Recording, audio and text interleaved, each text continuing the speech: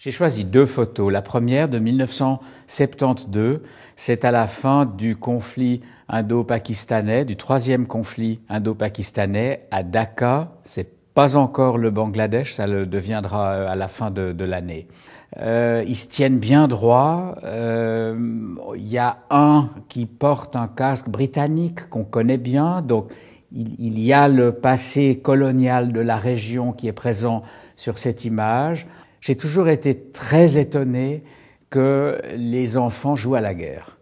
Petit, moi je détestais ça, et aujourd'hui encore, je comprends pas. Je suis quelqu'un qui suis toujours extrêmement ému par des enfants sur une photo liée à un conflit et à la violence.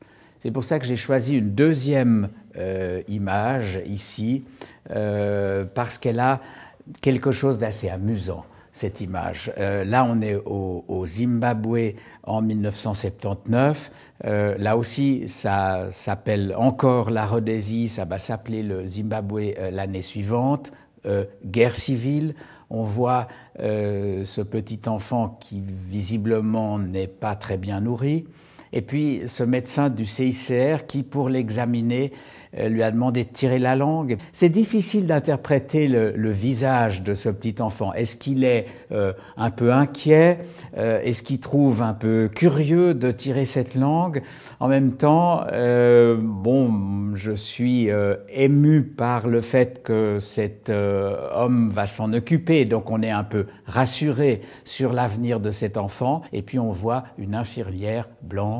Donc là aussi, on a l'histoire du passé et de ce pays qui est présente. C'est une image qui me touche également je trouve qu'elle contient beaucoup d'espoir, celle-ci, et puis ce petit côté drôle, parce qu'on a envie de rire quand on voit cet enfant qui tire la langue. Et moi, je ne vais pas terminer en tirant la mienne.